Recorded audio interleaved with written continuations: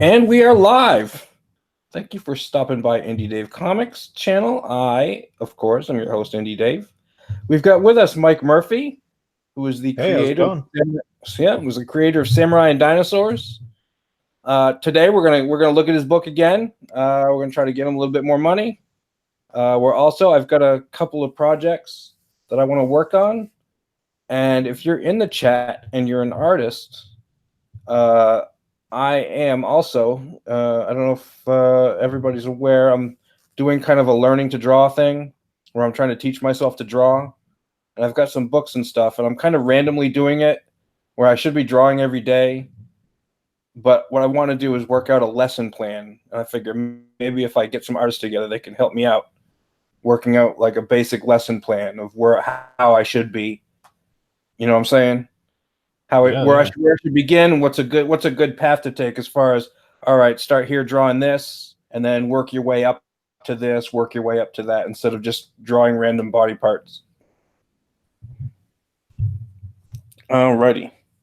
So first thing we're gonna do is we're gonna talk about Mike's book, because it's been a while since we've talked to him, and he has made a few changes. Let's see, Samurai and Dinosaurs. There we go. And first off, that's the one big change, right?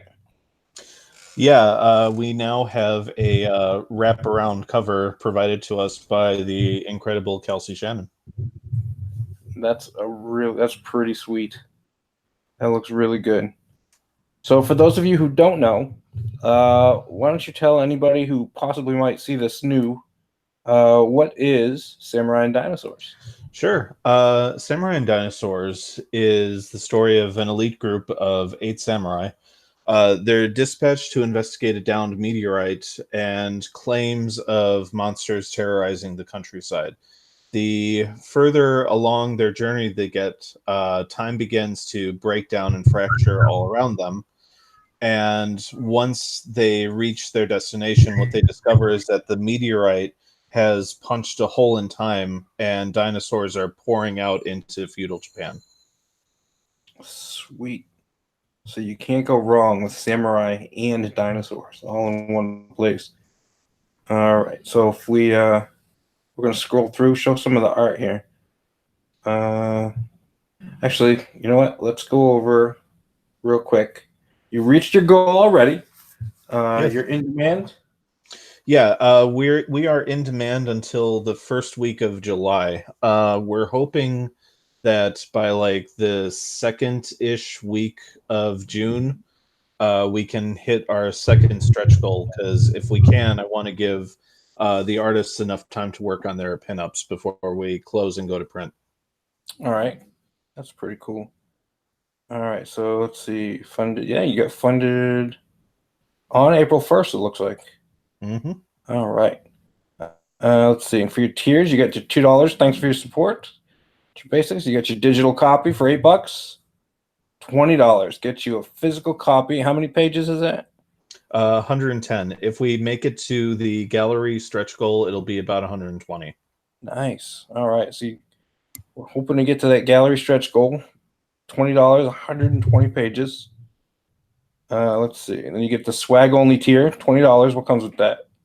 Yeah, basically, what I was running into after we hit funding is a lot of people weren't able to change their orders, because they wanted a poster of the Kelsey Shannon cover. So, and that only comes at like the $50 swag tier. So what I did was for people who backed at like the $20 or $30 level, or even if you just backed at the digital copy but wanted a physical poster, after the campaign funded, I created the swag only tier, which gives you the poster, some postcards, and a production still. Cool. All right. And tell us about the production still. Yeah, I'm actually going to be working on that sometime next week. The production still is going to be an illustration done by me of me behind the director's chair, as if Samurai and Dinosaurs was an actual film. It's going to be me behind the director's chair with Sergio just in front of the camera with a stop motion dinosaur and the cast of the book behind him reacting to the dinosaur. Cool. That sounds like Yeah. a lot of fun. All right, $30. Yeah, I'm gonna have fun with it. All right, $30. Digital print and the prequel. Mm-hmm. So you're gonna that's a Ashcan prequel, I assume. Yeah, that's an Ashcan prequel. I mean, if we can make it to 18,000, I'll be expanding it to a full size comic. But barring that, yeah, it's going to be a 16-page mini comic Ashcan. Cool. All right, in the chat we got Scotty Richard Studio. He says he's so glad Kelsey came on board. I know he would once he saw your concept. It's like maybe he's dreaming, but imagine if Kelsey did coloring on the whole book. Huh. Yeah, well, we can dream. All right, let's see. And $50 swag bag. Is that what's that got in it? So yeah, that's the book, the prequel, digital, and all the swag stuff that I mentioned in the $20 tier. All right, and we got to support the troops. We always like to see that on the campaigns. 2 for you, 3 for the troops. Yep. Nice. And yeah, that'll be distributed via Operation Paperback. All right, cool. All right, let's see. Page 15. All right, and now you get a different page. Yeah. There's only 2 of them left. Nice. And what comes with it is the original page of art and everything at the swag bag tier. So, the book, the digital, the prequel, and all the swag stuff. Nice. All right, so it's going to come with everything. There's some pretty cool stuff here. This is a picture of the city, and you get the dinosaur. Character intro art bundle. Tell us about that. Sure. So the framing device for the entire book is each character throughout the book has a flashback sequence that ties into what's happening in the present. And the flashbacks are led into by like a splash page character illustration of the character in question. And so Sergio didn't tell me this when he was sending me out the original pages. He also included all 8 of those character intro pages. Cool. So, like I talked it over with some people, and what I landed on was, hey, like here's our giant support tier for anyone who could do it. And if you were willing to, you'll get everything at the swag tier level plus all 8 of these character sheets. Nice. All right. Let's see. Sold out. How many of the pages you sold? 2, 3? Sold 2 4, pages. yeah, 4 of the 6 are gone. All right, sweet. All right. So that's cool. Looks like it's trucking along, doing pretty good. How close are you to your next goal?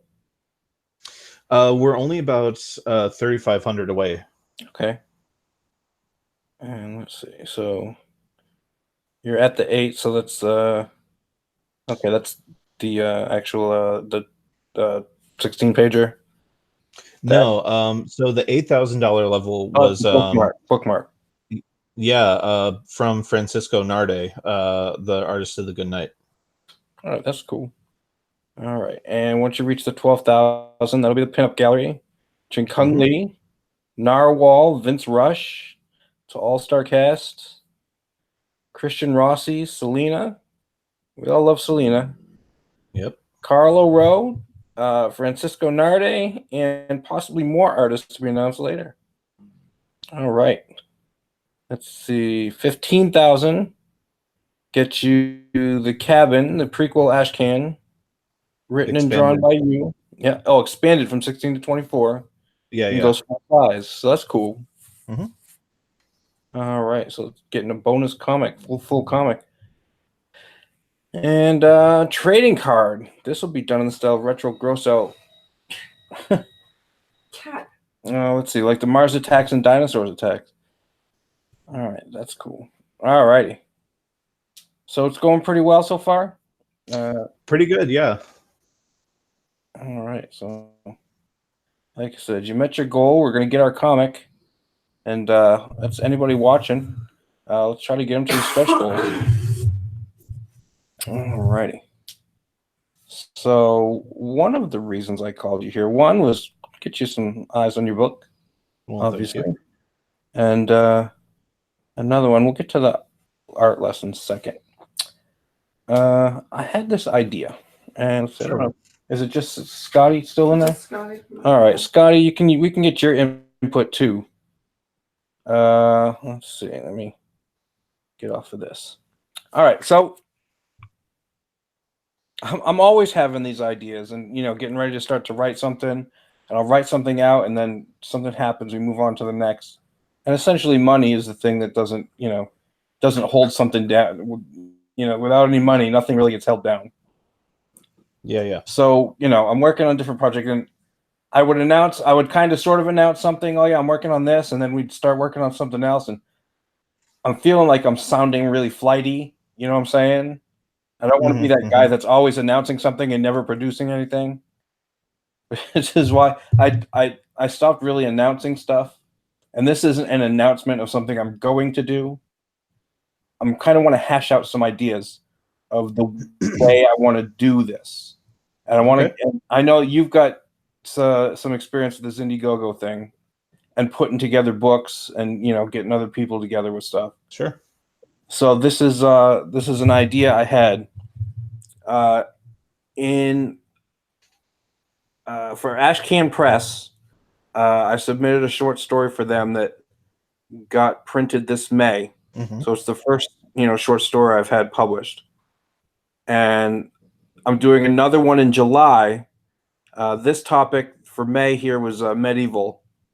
It was a medieval topic, and then it was called Chainmail. The one in July is going to be heroes. So I had a couple of heroes, but I was like, well, I'm going to do a 3-page short story and just make up a new hero. I'm not really going to describe it because that'll be revealed. I don't want to spoil whatever I'm going to write for Ashcan Press. Sure. Just a 3-page short story with a hero. And I was like, all right. I kind of started to, I was going to be kind of a throwaway thing. Not, I was going to put effort into it and stuff, but it wasn't going to be something I was going to pursue. And then I got this, I ordered another comic, and it was a little short Ashcan comic called Legends of Log. Oh, yeah. Yeah, and if you haven't seen it, it's a really fun little story. The whole idea is the hero is a log, and he's got arms and legs, and he's like the warrior of the forest, and he fights with an axe. So it's really ironic. It's really funny, and it's still kind of serious. They play it straight, but I mean the idea is kind of silly, And let's see. Oh, what's Scotty have to say? Let's see. I think if you promote this to fans of Black and White boom era, TN Ninja Turtles. Let's see. He has the same problem talking about a project that is a long way from complete. This is Scotty Richards' studio, and he decided to shut up till it's like 95% done. Yeah, I have to start learning to keep my mouth shut. So anyway, all right, so that's what this Legends of Log is. And what it is, it's a character anthology. It's the same character, but it's 60 pages. I think 4 or 5 page short stories of this one character, introducing different villains and different situations of fighting, that kind of stuff. And you can see the character in Alterna. It came out on a Wednesday, I think. It's in that anthology. Yeah, that's what I was going to say. Yeah, so I was like, oh well, I mean, it's not an original idea. I would do it a little bit differently. But I wanted to take the character that I'm doing in the Ashcan Press, that hero, and I think there's a lot that can be done. I think it's a good classic style adventure hero type character. And I want to say, all right, well, what if I got, because I can't really afford to be paying, the kind of page rates that, for one artist to do a whole book, a really, top-notch artist. And what I'd like to do is put out a call and say, hey, look, This is a paid gig. You're going to get 4, maybe 8 pages. It's not going to be a high-paying gig, but I'm not looking for the Ethan Van Skyvers or the Donald. I'm looking for somebody who is at that point where they think they're ready, or basically, you're going from amateur and you're looking for your first project. And I'm going to have like a submission process and say, okay, submit me, 1 page of sequentials, maybe a pinup, something that you've done. And if I like it, I'm going to pick 5 guys, probably $50 a page. I mean, it's gonna be low. And then if we'll run the Indiegogo, I'll pay them for their work ahead of time, so they get their money. They get paid right up front. I run the Indiegogo, and if it goes well, we double or more the book. What I'm asking, the goal. Then I say, okay, you guys get bonus. Boom. Here you go. I'm giving you a bonus for, helping me out with this campaign or whatever. And then what I get is my character in a comic that I'm going to write. And probably what I'll do differently is I'll actually get a letterer or 2, and the one letterer will do the whole book. And it's a good way for me because I have another character, and I want Paul, who's who's the artist I've been working with, ZZombie13 on Twitter. Okay. I always put that out when I talk about him. I want to get him involved because we've worked together already. Sure. And we have a character that we've put together separately. And we already did a little like 9-page short story comic when we first got together.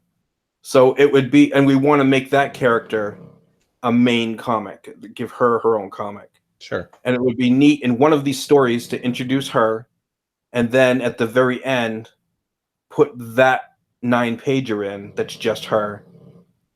But the rest would be a full anthology comic. Now, what I want to know is, I know what I'm asking for pay is low. It's not,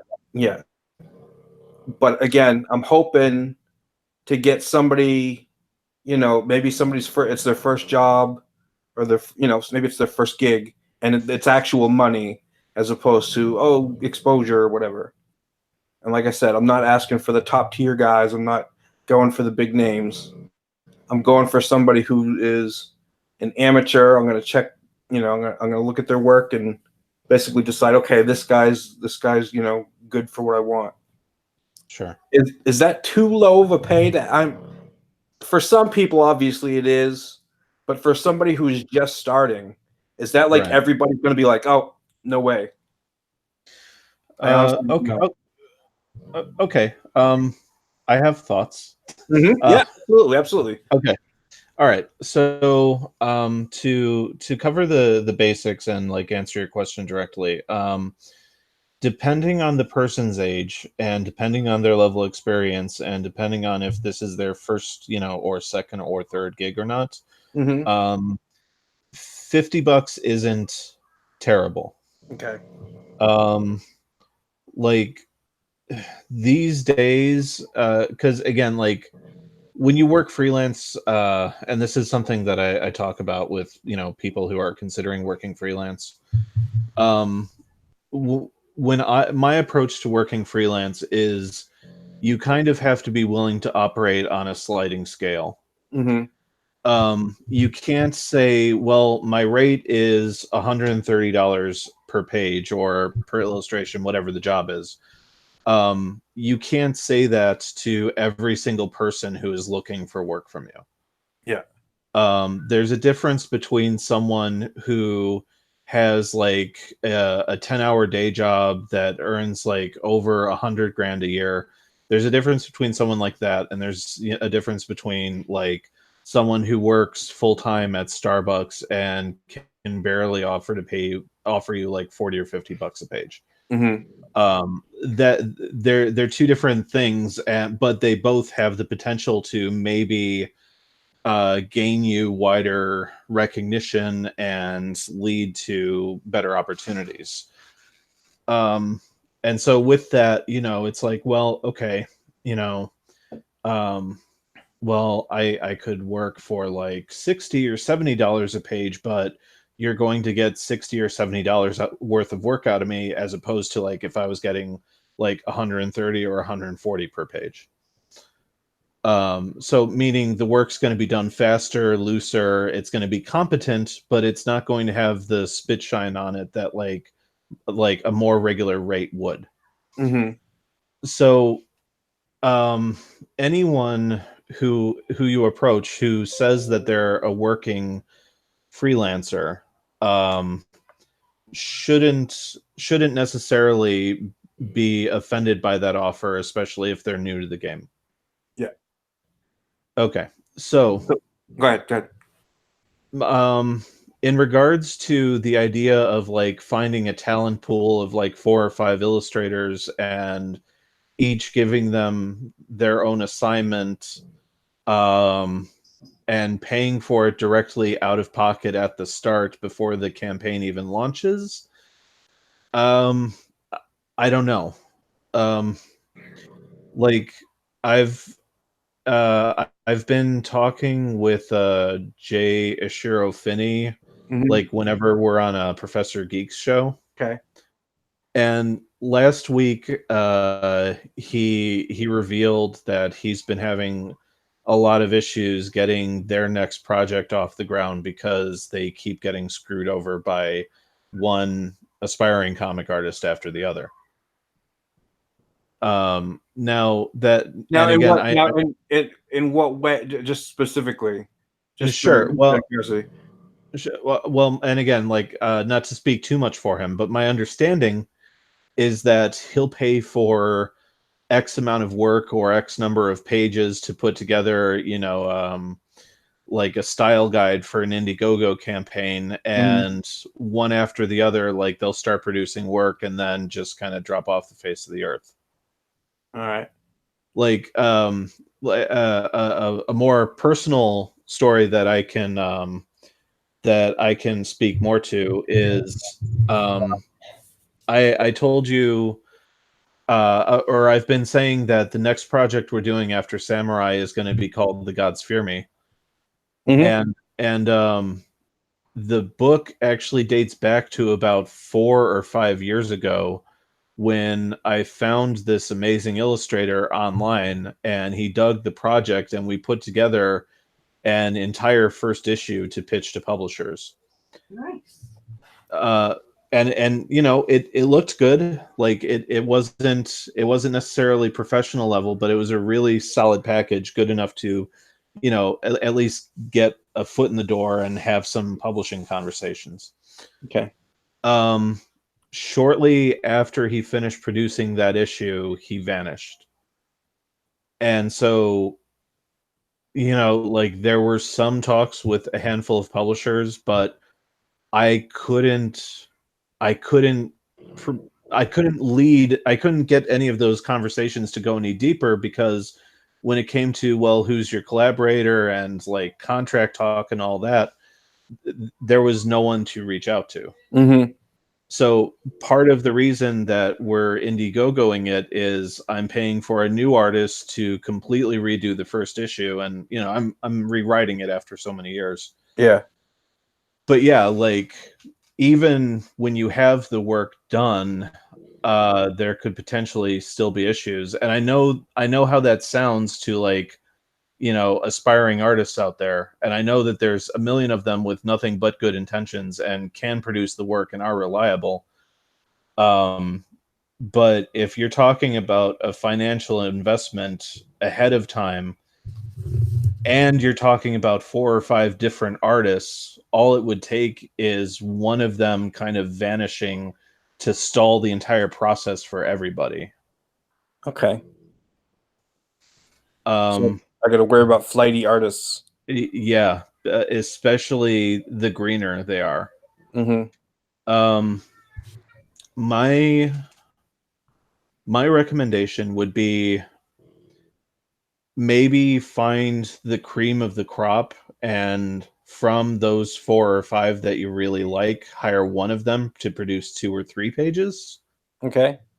And then with the money that you were going to spend on the rest of the pages for all of them, take that money and maybe offer it to an artist that you would like to work with to do 2 or 3 pages of their own, and boom, you have 6 pages, and that's more than enough to run an Indiegogo campaign. Okay. See, Um, each one, because I don't know, because I'm just going off numbers of pages. I would probably have to run it because nobody runs a Indiegogo book. At least nobody should. That's only 20 some pages.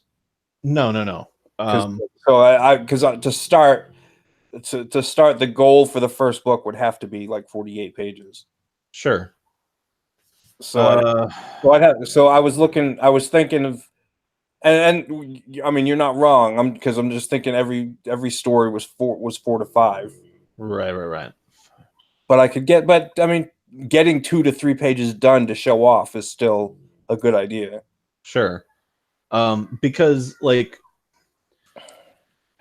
really, like what you want is you want a part of the, I mean, you don't have to. Like the ideal situation is kind of like what I had with Samurai, where the artist was on board and the artist produced the work because they valued the work and they're willing to take like a back end payment.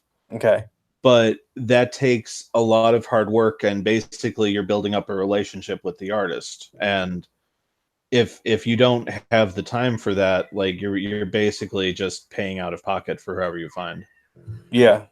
Excuse me. Yeah, it's Yeah, I'm trying to figure out a way and to basically start off of, because I don't know. I don't like the idea of people working for me and not getting paid. You know what I'm saying? I just sure, want sure. that I kind of I always think of it as the idea where, like, I did that little 4-pager with Canales, and it was like, okay, he draws me a page, I pay him. He draws me a page, I pay him, and that's how I did. And I told him, I said, don't give me any other pages until I've paid you for this page, because I don't want to owe Right. him anybody money, right? So it was like, okay, he draws me a page, I pay him. He draws me a page. That's how I would do it. Right. And that's kind of that's how I would like to do it. I mean, I don't want to get, okay, here you're doing 4 pages for me. Here's $200. I mean, I couldn't do it that way. No. But that's what I'm hoping. Like I said, I'm obviously not going to get, and I'm not looking for the like a Donald DeLay or somebody like that. I'm hoping, to attract new artists that just want to get paid, and essentially what I would do is just, instead of approaching people personally, I'd just put out the call. I'd be like, hey, I'm looking for this. Yeah. If you're good, if you if this is suitable to you, if this amount of money is good enough for you, submit me something. And then I'm not going to send out a rejection letter. I'm going to look at everything I get, and then I will just send out to the people that I'm like, okay, this is what I'm looking for. These are the guys I'm looking for. Well, maybe maybe just have, like, once you've curated this list of artists, maybe just have them produce like 2 pages each and use that to advertise the Indiegogo, and pay them the rest of their wage once the Kickstarter goes through, and the Indiegogo goes through. And Once it started. right, and like, like use, like, section off a part of your funding to pay the artists. Like that's what I'm doing with The Gods Fear Me. Like half of what I'm going to be asking for is going to the artist, and the other half will be for printing and distribution. Okay. All right. That way there's less, especially if you're going to be dealing with younger artists who you don't have any kind of trust built up with. Yeah. That way, if one of them does flake, you're not out of this a personal investment. And if they do produce the 2 pages, you have a pretty good barometer of whether or not they'll actually be able to follow through. Yeah, and my bigger worry, and I didn't even think about, and I've heard a million stories of artists flaking. Yeah. But my bigger worry was, in the offering of the money, of them not trusting me to get paid, because that's my my mindset is making sure if you work you're getting paid and nobody's getting screwed out of anything. Sure. I mean, what I usually do, both as a freelancer and when I'm hiring someone else, is I usually go half at the start and half upon completion. Okay. Oh, okay. You know, Yeah. like that way there's an investment on your part because you're showing them, hey, I'm willing to give you money. And the investment on their part is, if I want the rest of the money, I have to cough up the work. Yeah. No, that actually, that's I have to remember that. Yeah. That makes a lot of sense. Get them, and hopefully they'll like the character enough where they're like, yeah, I really like drawing him, and that'll, maybe that's a little incentive too. Right. Yeah, exactly. And then you could get into like, well, okay, like if the Indiegogo is successful and we end up earning this amount of money, like you'll get a whatever percentage bonus on top of your regular rate. Yeah. Which could be even more incentive for them, especially if they're new to it. Yeah. Actually, all right. Yeah, I'm just saying. Let's see. I'm gonna read. Scotty Richards been real active in the chat. All right. Let's see. So it's a good way to get artists to promote the book, so the bonus could come through. You could Right. let them sell the original art as an extra, or poster art as extra cash. Also, if they could buy books at print cost, they could sell them at cons. You may have to work out what kind of limits they would have on that. But books at a con is nice for an artist. I would probably, I mean, comps pretty standard? Yeah, pretty much. Like, for the few things that like I've There's printed a up word with for it, so obviously, right? Yeah, I mean, with the few things I've printed up with other artists, like I've always tried to get them at least like 5 or 10 copies. Okay. Let's see. Let's see. You may have to work out. Let's see. If you go after artists that are CG, I think you have a better chance of getting one that will stick it out for the long haul. I think there's some. The real truth to that is, if there's somebody that is really looking to make a name for themselves and they're starting to get more active on Twitter, and they haven't. I mean, they're looks like they're doing good and they haven't done a book yet. I think also they're more likely to stay. They're Sure. less likely because they're trying to build a reputation. Sure. So Sure. that's another thing I'm looking for. Let's see. A better chance it will stick it out for the long haul. I see a lot that I want to prove themselves there. Yeah, That's true. absolutely. So all right. So yeah. So what I'm looking to do is, and then I want stretch big. I'm all about the bonuses for doing, for getting paid, because I want them to say.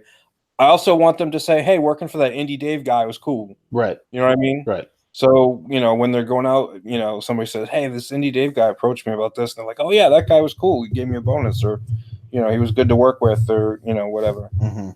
So I'm building my own reputation at the same time. Yeah, exactly. All right, and I also want to make sure that if we're setting stretch goals, because all right, so the one book I'm working on with Paul is it's kind of a niche thing. I'm I'm sure there's a market for it, but I think it's a tougher sell than like a superhero comic, Mm-hmm. because it's just kind of an odd topic. Yeah. It's funny and it's fun and that kind of thing, but it's kind of hard to stick that block in that right shaped hole kind of thing. Right. Right. So this one would be a superhero comic. I'm trying to, like I said, I'm trying to do it on a budget, and I'm trying to keep the budget to a point where where I can get a book out, and I can make it at least good enough quality where people are like, okay, he's serious about it. He's not trying to, he's not being shifty. He's not, look, now he's kind of proven himself a little bit. Right. Because it's kind of hard to be in the conversation if you haven't produced anything. You know what I mean? I mean, I've been on Doug's show a couple of times, Mm-hmm. but if you're not actually pitching something, and I totally understand it, then it's hard to have you on as a guest unless you've got some really interesting, backstory. If you're not pitching anything, it's hard to get, noticed, and it's a chicken and the egg kind of thing. It's like Sure. when I'm trying to build up my audience here, I probably should go on more other people's shows to build up my audience here. Mm-hmm. And I got a much bigger audience on Twitter than I have on YouTube. So so it's always, again, like the chicken and the egg thing. I want to build up the audience so that when I drop the book, I can sell the book. But I'm finding it difficult. I mean, it's not impossible. Yeah. I'm finding it difficult to, kind of build that audience if I don't have anything to show. No, I was in the exact same boat when we launched Samurai, and I had a couple people, including Richard Meyer. Like I had a couple people tell me, look, this is probably going to be an uphill battle, because I didn't have a YouTube presence. Like even now, I think I'm only at like 32 subscribers. And my Twitter followers, I think, were around like 550. Mm-hmm. So basically, all I had was my old audience and my old pre-Comicsgate contacts. Yeah. And most of those people dropped out once I was like, hey, guess what? Like, Comicsgate isn't all that bad. Mm-hmm. So, yeah, like I can say from experience, it's not impossible. You'll be going in extremely fresh, and basically it's going to be 2 months of nonstop promotion. Mm-hmm. Like you're basically going to live with your phone in your hand. And any Oh no. She's always telling me to get my nose out of my phone. right. Makes me so grumpy. Yeah, but now it's vital because like any missed conversation is potentially a lost sale or a lost opportunity to go on a show. Mm-hmm. So yeah, it's not impossible, but like whatever the current time investment is that you have, both in terms of like social media and YouTube and like the comic work, add an extra 3 to 4 hours on top of that. Yeah. So yeah, like it's not impossible. Like I know there was that whole thing that Ethan was saying about how you should have like 25,000 subscribers or Twitter followers. I mean, I'm going to agree with him on that, but that is, I think, to get to his level of funding. exactly. Like if you're looking to get $100,000 in funding, it's either luck or you've built that following. And he's got the following because he's got the experience. Some fresh newbie like me isn't somebody going to come out unless whatever I'm doing is super outstanding. Right. And as the writer, for the most part, I'm going to have to rely on the artist for that. Right. Like us pulling in 8,000 was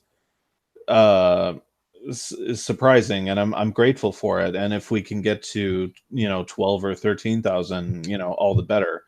But I was fully conscious the entire time, like, okay, like this isn't even going to be a race. This is a marathon. Like it's just all work all day, and the campaign is all that you think about for the better part of 2 months. Yeah.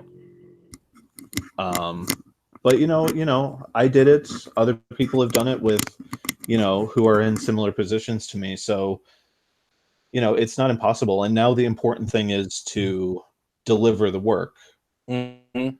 You know, like I think people got to know us and the book, and we garnered a lot of goodwill, and now we have to deliver on that goodwill. And if we can, I think that we'll keep building this audience over the next couple of years, and pretty soon, you know, we will be at the point where we're talking about like, you know, 20, 30, 40,000 per project. Yeah. And I mean, for me, it's hobby time anyway. Sure. 'Cause I've got a full-time job, and I mean, it sucks because it's nights. You'll see I'm on Twitter all night because there's a lot of Yeah, downtime. I've noticed. And that's because I got a lot of downtime, and it's it's I can just be on Twitter all night. So, and that's what I'm, my most active time. We get Scotty Richards actually makes a really good point. And I'm gonna kind of expand on it a little bit. He says, if you can get a powerful image like the one Kelsey did for Samurai and Dinosaurs, or mail in with Jawbreakers, that seems to make things a lot easier. And I'm gonna tell you a little story about uh, uh, what is it?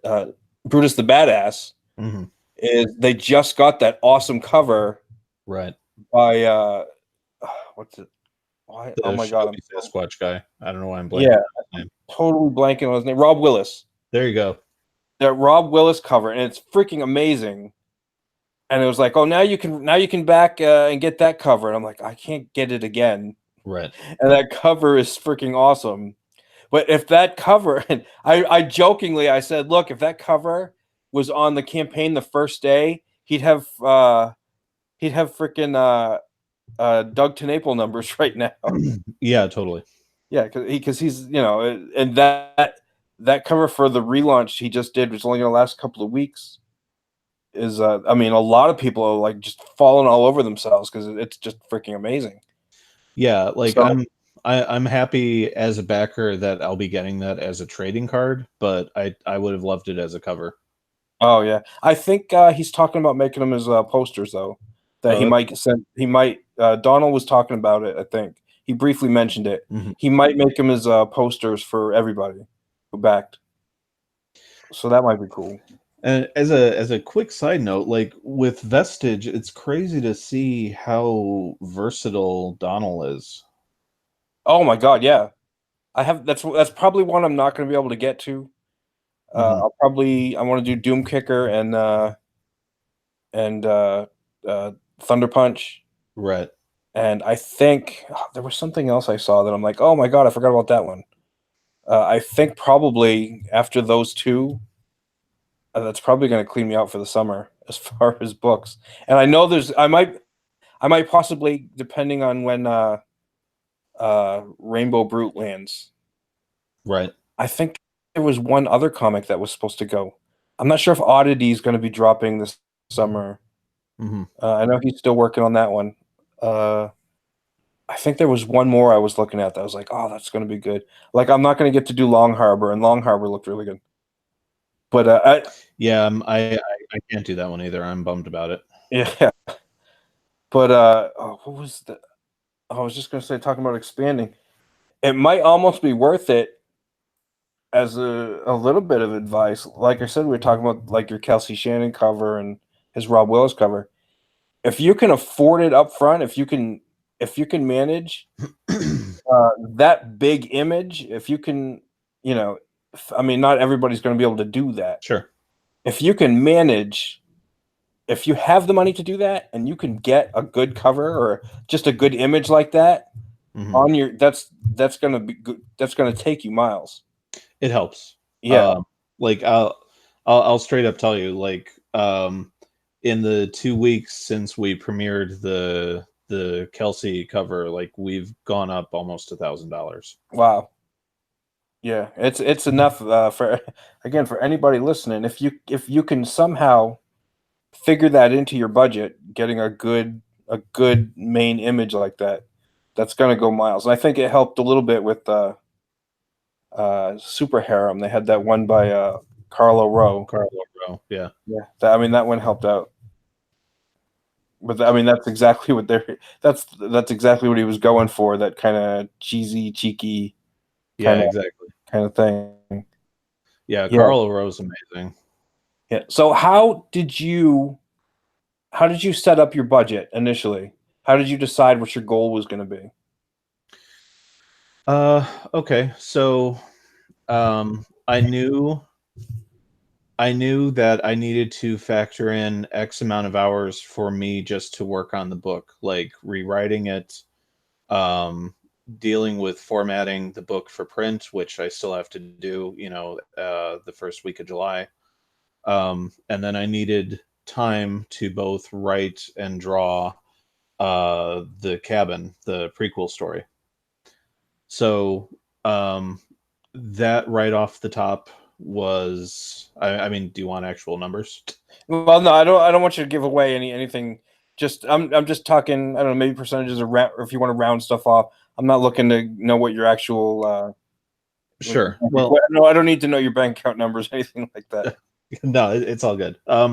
Okay, so there was that, but first I'm getting ahead of myself. Before even that, like I had to be conscious of like, okay, well, Indiegogo is getting their cut. Mm-hmm. So, and I don't mind saying the numbers for that. Like right off the top, the 8,000 that we pulled in, 1,000 of that went to Indiegogo. Okay.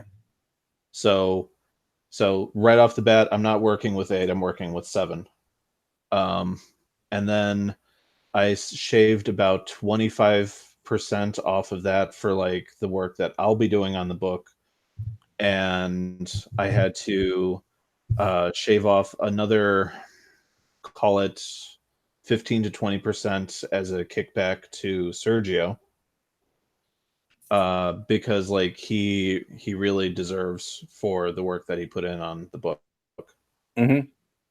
And the rest of it, like I'd say like a third to half of the money that's remaining goes towards shipping, printing, and distributing. Like I know that I'm gonna need about $1,000 for both shipping and the shipping supplies. Okay. Yeah. So, Sorry, what was that? Are you doing all of it yourself? You're shipping everything yourself? Yeah, it so far, I mean, unless, hope, well, fingers crossed, like if we get more backers, like it might be a different situation, but right now we're sitting at about 230 print copies that I have to ship. Yeah. There's a threshold you get to where it's just like that's too much. Yeah, so I mean, I think anything over like 400 copies I wouldn't even think about doing myself. Mm-hmm. But if it's about 220 and a lot of those are going to one place, like Operation Paperback, Yeah. that's really not as much work as it sounds like. Well, it's basically because you don't have to bag everything, right? You just kind of pack them in a box. Yeah, we're going to be going with the Gemini mailers, and right now I'm trying to figure out the cheapest option for those. Those I think I looked into. Those didn't seem. They seemed really reasonable when I looked into them. They do. What helps is if you order at a threshold. And look, I'd love to say that I could order like 800 of those things because I'm over printing by like 300 or 400 copies. But that's not happening with the budget that we're working on. Yeah. Like I'm printing the number that we need to fulfill, and I'm going to be printing about 70 to 100 extra in case of replacements and stuff like that. Okay. All right. Because I was looking. All right. So what I was looking at, and I haven't looked at all the other numbers. My Mhm. starting number was just what I was budgeting per page, Yeah. and I was like, okay. So I was thinking I was going to do the $50 sequential per page. Would I pay more for like a pinup? Some artists charge more, some charge less. It depends on how complex the illustration is. Okay. Like if your pinup is just a single figure, they might go less than their page rate. But if you're like, hey, I want something that's like as complex as a comic book cover, then that'll probably end up being more, especially because they know that you're going to be using that to market the book. Yeah. And it's not just a per page rate either, because whoever's, I mean, because the cover, especially if you want the cover separate, that's usually at least what, 1.5 anyway. I think. Yeah, that's the rate. Mm-hmm. So, and then if I meet the stretch goal, because one of the stretch goals I have a guy in mind who for the cover. It's not one of the huge names, but it's a guy I know. He does some alternative stuff. Yeah, And I talked to him. Twitter friends. We're pretty decent Twitter friends. Mm-hmm. So and that's a guy I've talked to him before, DMs and stuff, and I was like, oh man, when I drop my first comic, maybe I'll have you do the cover. And he's like, oh yeah, absolutely. Sure. So, but I know he's not going to be at the amateur rate, you know what I mean? Totally. At the new guy rate. So that I'll have to figure out. All right, so with the numbers I was thinking, and I haven't worked everything out. Just the paying for the inside stuff. It's probably going to be, at $50 a page, about $2,400. Mm-hmm. And then I'm going to have to figure in. You say like another 1,000. You said for like Indiegogo for them. Yep. Yeah. Like, so if you're aiming, because again, our campaign was 6,000, and we finished at 7,000, and within a month we were at 8,000.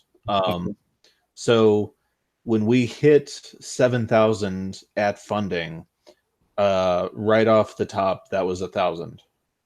Okay. So I'm not, I'm terrible with math. I'm not sure how that would scale if you wanted to set your goal lower than 6,000, but figure in, I don't know, like 20%. Well, no, not 20%, like 8 to 10% maybe is going to get taken away. Okay. I think they tell you when you sign up what their percentage is. I want to say it's like 7%. Okay.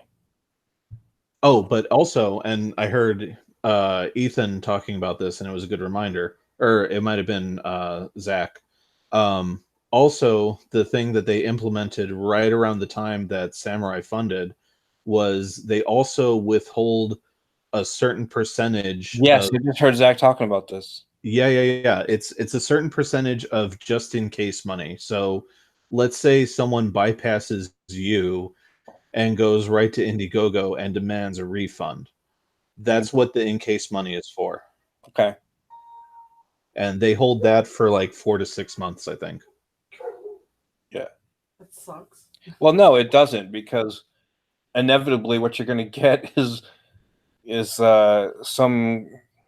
Well, you'll get some people that just, for whatever reason, like, look, I'm sorry, I really need the money back. And then you'll get some people, and it's a small amount, but they're the small but vocal amount that, for whatever reason, have decided they don't like you, Right. and have just decided, I'm going to tell all my friends to defund you, to get refunds. Yeah, I mean, go ahead. And like if you don't run into too much of that, like you just consider it a little bonus. Like, hey, after like X number of months, I get like a $500 payout. Yeah. All right. So let's see. So I gotta figure in for cover, which I know that's going to cost me. So let's see, 2,400. We'll probably round that up to, just for the art, we'll round that up to about 3,000. Yeah. At the budget I'm hoping for. And then I got to figure in printing and shipping, and there's a whole bunch of variables with that stuff. Yeah, I'm thinking my first project, just get over the 500 printing, because usually that's where they knock down. Yeah. And unless for whatever reason, I'm trying to be realistic. Unless for whatever reason it goes viral and whatever, but that's all pie in the sky kind of stuff. Yeah, So well, trying to be pragmatic. Some places give you a discount around like $250. Like Comics Wellspring, which is probably who we're going to go through. They start the discounts at $250, which is why we're probably going to be printing about like $290 to $300. Okay, and how did you figure your overs? Well, I think That's gonna be different for everybody, I guess. I figure. yeah, I mean, it depends on what the total number of copies you have to sell are. Like Mhm. the rule that I've been running with is what Edwin said of like whatever your number is of copies, take 10 to 20% of that and print that extra amount. Okay. And another thing I've seen a couple of people do is the is getting a crossover audience, Hmm. and that's by they'll do like I saw the have you seen the Savage Sasquatch or Savage Sasquanaut? Yeah, yeah, I have. That guy funded his book on Kickstarter and then moved over to Indiegogo because he realized, oh, there's a whole different audience on Indiegogo than there is on Kickstarter. That's true. That's true. I don't know if I'd want to run two campaigns. That might be for a future project. Yeah, I mean that Because that's that like, that's double the stress for basically one book. yeah, and double the work. Yeah. I don't know. Like to me, that sounds possible, but that would have to be like that would have for us personally, that would have to be like a 2020 2021 thing where like we're full in swing, like we're a full, production house, and like we've got someone helping us part-time that can like oversee fulfillment and distribution on that stuff. Okay. Alrighty. So let's see. We're looking at 3,000 plus ship. That's going to be different. I'm thinking, and I got to know what his page limit is because for this first book, it's going to be color cover, and I'm pretty much set on black and white unless we can reach a certain level, and maybe that would be a stretch goal. But that'd have to be a pretty big stretch goal, I think. Yeah, it would. I definitely suggest playing it that way. Like that way it's a nice bonus, and if you build up an audience that genuinely cares about the book, they'll help you get to full color. Okay. So I know what I was looking at was the Pete Sametti's thing, where you can tag along with his. And I got to know if I know he has the book has to.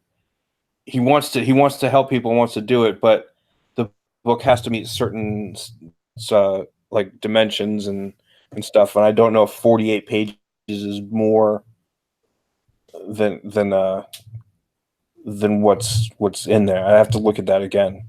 Yeah, But I'm not basically, sure. you can piggyback off of his print run, and it's gonna be newsprint. But I'm okay with that because especially if it's a black and white book. Sure. To me, that doesn't you are. And the other thing is, I want to make sure I got to get pricing right because if I can get with those print numbers, I looked at some of those. Some of them are like 50 cents a book to Yeah. get printed. And lower, I think. So I mean, it's really good. But I want to make sure if somebody's paying $10, they get a $10 book. So Yeah. now I got to look at perks and stuff because as much as I think it'd be cool to get it and get the print number down or whatever, Hmm. get the print price down, I want to make sure because let's say I can fund the book and I can make a profit off the book at $5 a book shipped Hmm. theoretically. Hmm. That's a lot of $5 sales I have to get to meet a $3,000 goal or a $5,000, whatever it's going to be. Yeah, that's a good point. And Malin talked to me about this behind the scenes a little bit. The first time that we ran our campaign, part of the problem that we ran into is we didn't logic it through of like, well, if we're only charging $20 and all we because again, our logic with the first campaign was, hey, just sell the book, don't add a whole bunch of tiers, don't be flashy about it, just come in hot like what Zach did with Iron Sights. Mm-hmm. The problem with that is if you're looking to raise like between 6 and 8,000, which our first campaign was set at 8, um as you said, that's a lot of books that you have to move at $20 a pop. Yeah. And you know, so like what helped was a lot of our backers, you know, when we reached out to them between campaigns, were like, hey, we want to give you money, so why don't you create something besides just the book to offer us? Mm-hmm. So yeah, like your perks and your tier structure has to be on point if you're looking to sell for between $5 and $10 per book. Yeah, and like I said, my whole idea is just coming in and being relatively new. Hmm. The idea, and especially when the new artist, is to prove ourselves, Yeah, and these people are taking a chance on us. So, like, it's easy to take it. Like, obviously, I'm not going to do $1, $2 books, sure. but it's easy to take a chance. Like when you go to the store, to take a chance on like an alternative, the dollar book, $1.50 book, because you're like, oh, it's only $1.50. Right. And if you don't like it, you're like, oh, it's out $1.50. So Hmm. I want to kind of have that, but at the same time, you got to have it. I mean, it's a fine line to walk. So I got to figure out perks now that can be in the upper range to get more people to get to that level. Because even at $1,000, at $20 a book, that's still selling a lot of books. Sure. And that's where like having one item that you can sell multiple times really helps. Like for example, the Kelsey Shannon cover. Mm-hmm. You know, like that's going to be a small poster, you know, for a certain amount of backers. And basically like the work that he did isn't just helping to sell the book, but it's also helping to sell higher level perks. Yes. So if you could take some of your budget and put it towards like, you know, someone more well known in the CG scene to create some hot fire for you, like you could then take that illustration and use it once, twice, maybe even three times over. Yeah. So I'm gonna have to ask around, and maybe that cover guy. I know he's good. I know he works. Like I said, he works or he does small turn stuff. He works at Valiant and Mhm. he's done some Valiant stuff and image stuff too. So I just gotta. I don't know. I might get him. I mean, he's not a huge well known name, but he's he's got a pretty. I know the people that follow him. He's a good guy. He's definitely really good on Twitter and he's good on the social media. Mhm. So, and that's another kind of benefit. And you know what? Nobody that I've seen, although I just got Ravage in, and there's a lot of actual advertisements for Indiegogos in the back. Hmm. The back of the book has 4 or 5 different like full page ads for people's Indiegogos. And nobody that I've seen has budgeted for any kind of advertising, to my That's knowledge. that's interesting. Because I would like to actually find out. Because remember that I don't know if you were involved at the time, that nut job Late Night Comics. I know of him. He put out a full page ad in an alternate book just to pitch his Twitter. It was just like follow Late Night Comics on Twitter. Huh. He did, and so I'm wondering how expensive that would be, and if you could just say, okay, we know we're launching this month at this time, maybe talk to Peter Samedi, say, hey, what books do you have coming out at this time? Sure. What are your biggest sellers at this time? And then finding how much a full page ad would be for your Indiegogo campaign. Well, and so that's really interesting. Like, so a variation of that like is cooking in my brain, and like maybe if I flesh it out some more, maybe we'll even run with it for the Gods Fear Me. Is so imagine an advertising tier for your campaign, Oh, where it's like, hey, for $60 you get the book and X amount of perks, and you also get a half page ad on one of the back pages. oh, that's interesting. Yeah. You know, and like as you were saying, like, you know, like make sure that you have an estimate of when your book is going to ship so that they can also line up when they're going to be releasing their book. and that means, see, I'm one of the I'm kind of on that side of having the work mostly done Yeah. before you do it, just because for me it's that nervousness of, well, I want to make sure, I'm getting it to the customers, Right. because I Right. love Ethan, but I think tonight he was going to draw his last panel. I Right. actually haven't seen him pop up, so I'm surprised. But I mean, I love the guy, but he's his schedule is way off. Yeah. I'm liking the work I'm seeing, and I'm not one of these guys that complains at him on Twitter, and I'm not going to complain now, really, because the Sure. book looks fantastic. Yeah. But I mean, it's really the people that are complaining, I can't hardly argue with them anymore. Before it was like, oh, but look at what he's making, and he expanded it this many pages. Right. But at some point, a book has to be put out. Yeah, I get all the complaints, but yeah, I'm in the same boat of like, as like not even speaking as someone who he knows and has helped out, like just speaking as a fan and a backer, like that what I'm getting for what I paid for has doubled in size. Yeah. And when I do factor in the personal stuff, it's like, well, I don't think at the time that he started this campaign, he was expecting to be essentially like the Johnny Carson or Howard Stern of Comicsgate. Yeah. So I get it, and that's why I don't really mind about the lateness. Yeah. I mean, yeah. Basically, that's where I'm at. I mean, he said his latest thing was April 30th, and it's already May 20th. Right. So it's still one of those. He really needs a little kick in the pants. Yeah. But again, I have no doubt the book's going to come out, and that's the thing for me. Sure. But in relation to your project, I get what you're saying of like, well, the only problem with opening up an advertising tier is then you're essentially waiting on work from someone else. Mm-hmm. Yeah. So it's not something. It's not an impossible thing to do, because I think there are some people.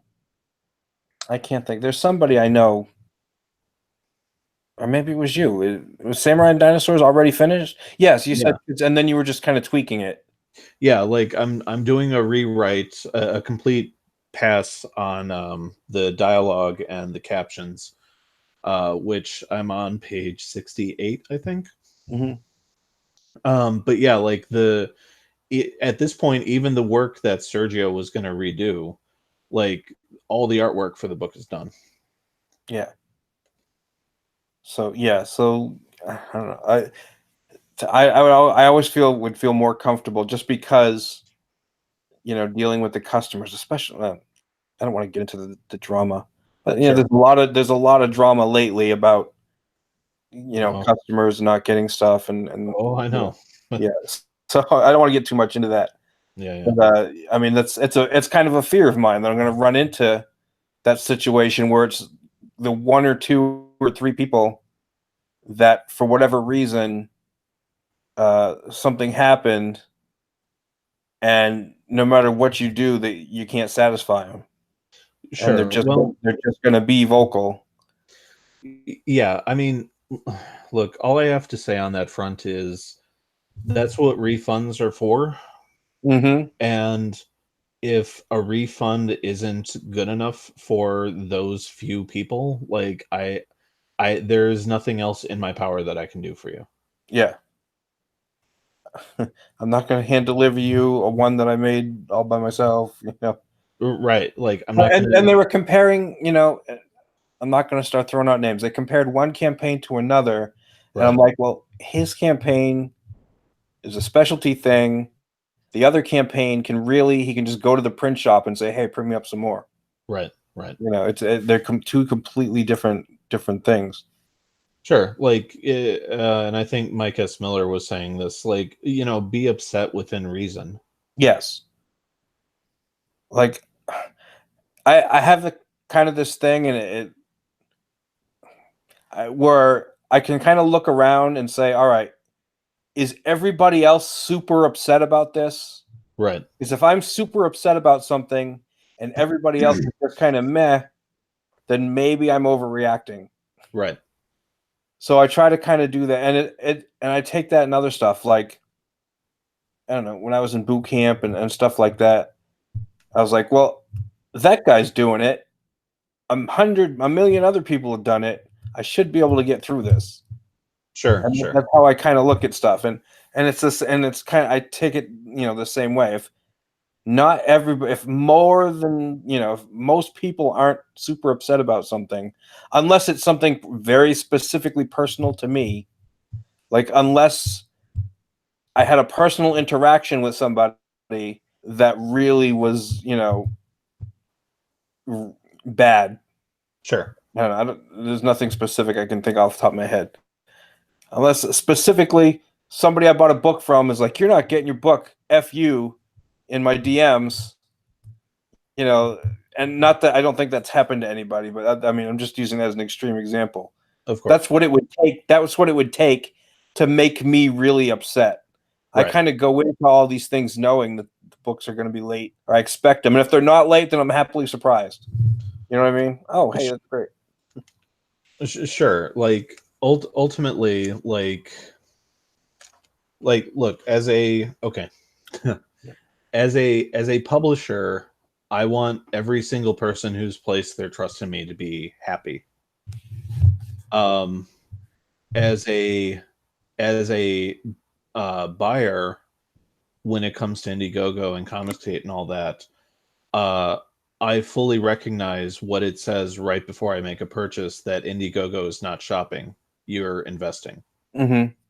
And sometimes there are going to be problems with those investments, and I can't turn around and treat that money that I invested as though I walked into a store and bought something. But that being said, again, on the professional side of things, I will bend over backwards to make sure everybody who gave me money is happy with the money that they gave me. Well, yeah, because it's basically, you want people to to do it again, and Exactly. since this is the venue, this is right now. Indiegogo is the venue, or Kickstarter's the venue. Right. It's what it is. So it's not exactly like a store, but it kind of is like a store. Right. So it's a hard line to stay on, because it's tough. Yeah, I mean, obviously, and like Indiegogo gives you an out by saying, yeah, we don't promise anything ultimately. Yeah. But you yourself, you have to worry about your reputation and future sales. It's like that. Did you see that article I posted the other day or yesterday about Adobe, where they're going to start? They said they're going to sue you if you're using an old version of Photoshop. Oh, whatever. Yeah, they said if you're using the old version of Photoshop, you're not licensed to use that anymore. Oh, whatever. And and just the headline of the article, and I read the article, and basically what it is they want everybody to use their subscription service. So I'm like, there's no way in the world you're going to sue all your past customers so that they'll buy the new product. That doesn't make any sense. Right. All you're going to do is ensure that all those people go out and buy, what is it? The thing that used to be Manga Studio? Yeah. Clip Studio, is that what it's called now? Something like that, yeah. Yeah. Or whatever, freeware is out there. Right. All right. Let's see. In the chat, we got Scotty Richards again. I hired myself as writer and artist because my rates are too low to pass up. El Gargoyle says, holy shit, you're still live. Yes, I am still alive. Oh, live. Yeah, I'm still live too.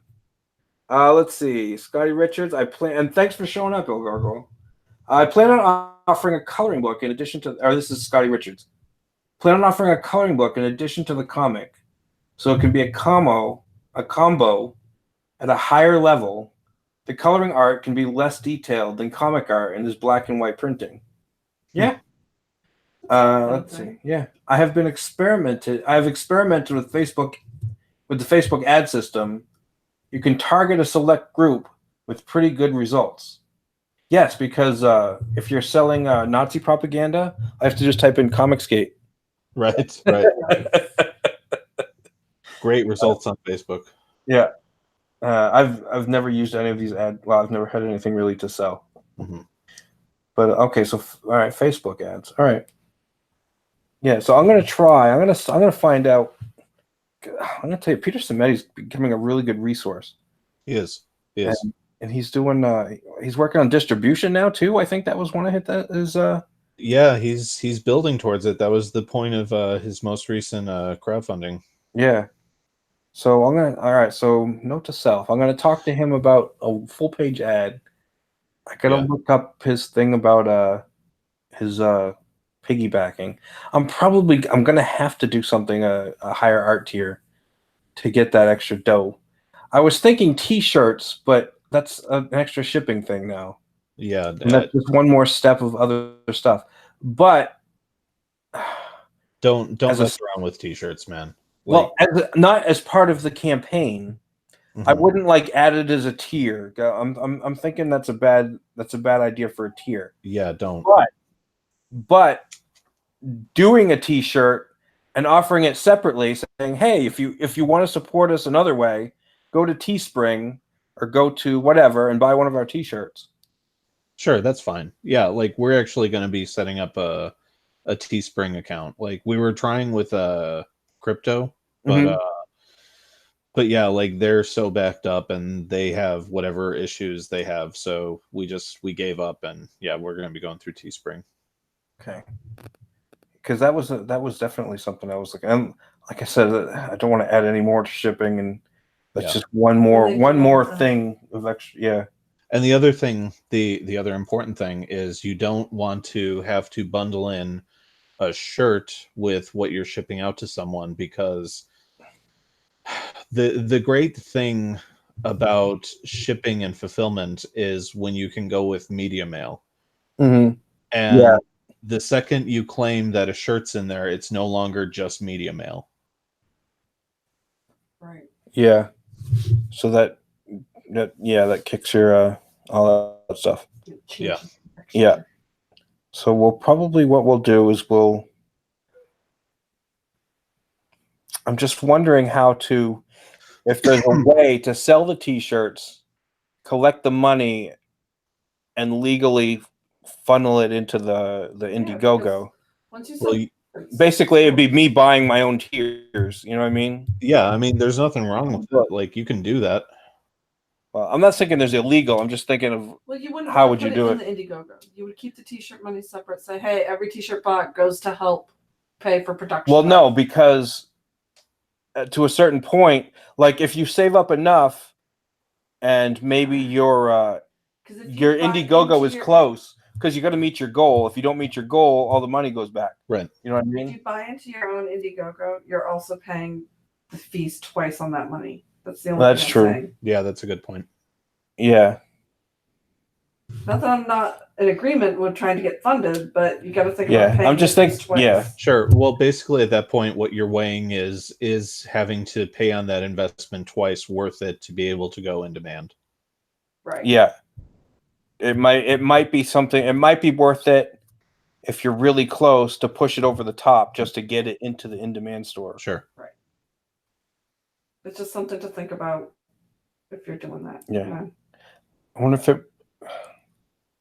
wondering if it's worth it because if we do, especially if we're going to do, the newsprint, if it's worth it, probably to do what do they call them, the retailer tiers, where they get 10 books. Right. Yeah, that's definitely something I want to incorporate with our next campaign that I regret not doing with Samurai. Yeah. Yeah. Well, how many retailers are out there that? Well, the problem is retailers are dying out. Yeah. How many of them co-align with Comicsgate and don't get all offended by all this? That's my issue. And you know what? I don't know if it should, because most normies don't follow it. They don't know what Comicsgate is. Yeah, but if you're a comics store owner, the comic store owner, you might. It depends on how active on Twitter you are. I mean, I don't want to say on air, but I can tell you guys some stuff about that off air. Okay. I think you might have relayed something to me Yeah. before, but like I said, there are some stores which it's like anything else. Yeah. Some stores are like, man, I don't just care. don't know how profitable it would be. You know what I mean? That's Yeah. Well, the profit would be in getting them a book that they can buy at a low, a price where they can sell it, and people will buy it. And also, like, don't just think of it as a retailer tier. Like, the fact is, some of those buyers are just people who are collectors looking to make an investment. Okay. Yeah. Well, yeah, and that's. I knew there were some people that were going to do that, because I know for sure there were people that bought the 10 Bigfoot Bill books. Yep. And now they're all on eBay. Yeah, and what I might do is I've got the one Earthworm gem that I bought, and there's another tier for $100. You get 2 sets. You get the 2 Earthworm gem books and the 2 making of books. Mm-hmm. And I'm considering doing that later on, and then the way you drop the books, to me, this is the theory I'm working off of. And I didn't do it with Bigfoot Bill, but I might be able to kind of do it with Earthworm Jim. Is when he's going to do Earthworm Jim, he's going to be finished, and then start on Bigfoot Bill 2. When that one drops, ideally I would have had a Bigfoot Bill book ready to go, and say Bigfoot Bill 2 drops. Look, you can still get your copy. It's not available because he's not giving you the original copy, because he'll have a tier, a Bigfoot Bill 1 tier, but it's not going to be the same. Right. You're not going to get the same Bigfoot Bill 1 book. Yeah. So when he drops Bigfoot Bill 2, it would have been nice to have had that extra whatever 1 or 2, and just say, look, you can buy it, and before you buy Bigfoot Bill 2 or whatever. Yeah. And what I might do is do the Earthworm Jim thing. Mm-hmm. When Bigfoot 2 comes out, put up the one Earthworm Jim one. Look, this was his last book. You can't get any more. Now you can get it here. Keep the second book and drop the second book on the next Earthworm Jim. Sure. And then kind of like leapfrog it. Like buy the extra Bigfoot Bill 2 books. When Bigfoot Bill 3 comes out, then you have the Bigfoot Bill 2 books come out. Oh, we get some chat. Who else is in the chat? Oh, hey, the Metal's here. The Metal always likes and subscribes to my channel every time. So, hey, Metal, thanks for showing up. We are talking about Indiegogos and crowdfunding, and we may actually, if it doesn't get too late, because it's already 10:30, we may actually talk about my art thing. But this is real interesting what we're talking about right now. For some of us, I guess. Yeah, I guess talking numbers and business isn't always interesting, but it's like it's kind of an important topic, I think. It is. I don't get to talk shop too often. Like usually, like if I'm on Professor Geek or Narwhal show, it's usually just the creative stuff. Yeah, this is the stuff people they don't think of. They think of everything, and I mean, obviously, I did too a little bit. I knew there was more to it. I just didn't know. It's one of those I don't know what I don't know kind of things. Right. So it's okay, I know I have to pay for this and this. I know I have to figure in for taxes and fees and shipping and how many I'm going to print and that kind of stuff. Right. So and the thing is, again, getting eyes on it and distributing it, and because I don't have a problem with that. Like, I just got those. I told you I wrote that short story in that book. I brought 10 copies of that book to my local comic store, and we did a 60-40 deal. That's awesome. Yeah, they're gonna sell them at a certain price and 60-40 it. 60 for me. So yeah, so they're pretty cool. They're like, oh yeah, we like local artists. So yeah, no problem. Bring it in. Awesome. Yeah, it's it's like Ethan will say once in a while, like, and I think some people take it like he's trying to downplay Cyberfrog, or he's trying to be modest, but it's like, no, like that money, that number that you see on the outside isn't necessarily what's going directly to the creator or the creative team. Yeah, and he was talking about one day he threw out a number for what he cost in shipping. I don't remember what it was, Mm-hmm. but it was like, it was just this unreal number, and you're like, wow, you don't even think about that. Yep. And his isn't even, a hardcover, whatever. Like, I want to say it was at least 15,000. Right. Talking about just in shipping, and that was just on I think the first campaign, or But how maybe many the first books and did he second. have? The number of books. Yeah, I mean, he sold a lot of books too. Right. But everybody looks at that, 800. I mean, he's obviously he's still making, pretty good change. Sure. At Yeah. $800,000. Yeah. Obviously, But, there's. I mean, it's not nearly. It's not like he's making $700,000. There's no, it's he's doing well, but he's not. He's not. Right. He's not a millionaire off this book. Well, yeah. I mean, again, like we're going, assuming that we don't sell too many copies, which I would love to. But assuming that we don't, like just for shipping out 200 to 230 copies of Samurai, like we're budgeting around $1,000. Like Wow. that's a big number. Mm-hmm. Yeah. And then other people are like, "Oh, postage doesn't cost that much," and they're like, "Well, no. The weird things you have to figure in are the mailers, the tape, Right. and then you don't just write the address on the box. You got to buy those little stickers, and then there's printer ink, and you don't think of printer ink; it's a consumable. That's something else you have to think about, Exactly, because that's a cost. And then, like with my books, I'm going to have them for sale. If anybody wants to buy one, I have a few left. I have 10 I haven't even opened, but I want to offer that for sale. And There's the PayPal fees. yeah, there's PayPal fees and there's other stuff. Well, I mean, they don't do PayPal for Indiegogo, but there's a lot of hidden stuff. Like just for my book, I'm like, I want to make sure I get all the orders at once and then ship them all out the same day. I mean, it's only 10 books, so it's not like I'm doing a humongous order. But at the same time, you don't want to be driving back and forth to the post office 10 times for each order. It's a little ash can size, so it fits in a card envelope. So at the same time, you don't want to be spending a lot of money to mail out a $5 book either, Right. So. Yeah, so there's a lot of little hidden stuff that, I mean, nobody, talks about. But you just have to, that's where you have to look at your budget and see where, you can make cuts that don't hurt quality.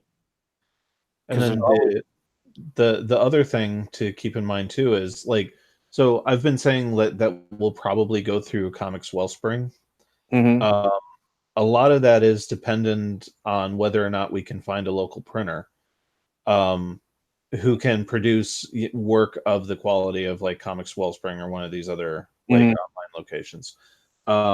Because if we can find someone locally that we're happy with, you're not just paying for shipping to send out the books, you're also paying shipping to get the books to you. Right. Yeah. Oh yeah. So yeah, like if I can find a local printer, like hopefully we can shave a couple $100 off of our printing estimate. Yeah. Because then you can just go pick it up. Right. Yeah. Again, another thing you don't think about. Yeah, that's those hidden fees that everyone talks about. Yeah, because like Comics Wellspring is really reasonable, but like their estimate wasn't actually their estimate. Their estimate was that plus an additional $300 for shipping. Oh, jeez. Yeah, so just stuff to keep in mind. Yeah. Oh man, definitely worth trying to find a local printer that could pull that off. Yeah, totally. We're looking. Now I'm gonna have to look. Although, like I said, if I can, well, even then, I would almost be willing to drive. Well, no, because I don't know where he gets his books from. Yes, I'd almost be willing to actually drive up to New Hampshire and pick it up myself. Yeah, well, we have family in New Hampshire, so Yeah. it'll make it worthwhile for us. Yeah, I know Pete's in New Hampshire, so whenever he gets shipped to him, I could go pick it up from him. And then I could meet the man. But that's if you do things through Ultimate. Yeah, because it might get to the point where it's like, okay, well, we've done well enough where we can actually, have better pages. Right. So, I like the alternative model is good for mass producing, but it's not to mass produce, you have to mass sell. Yeah, if you're looking to do a print run under 250 to 500, like I don't know necessarily that Alterna is the best way to go. Yeah. Because again, I mean, money wise, I can say, oh yeah, I can print 1,000 copies for what it would cost better paper to print 200. Mm-hmm.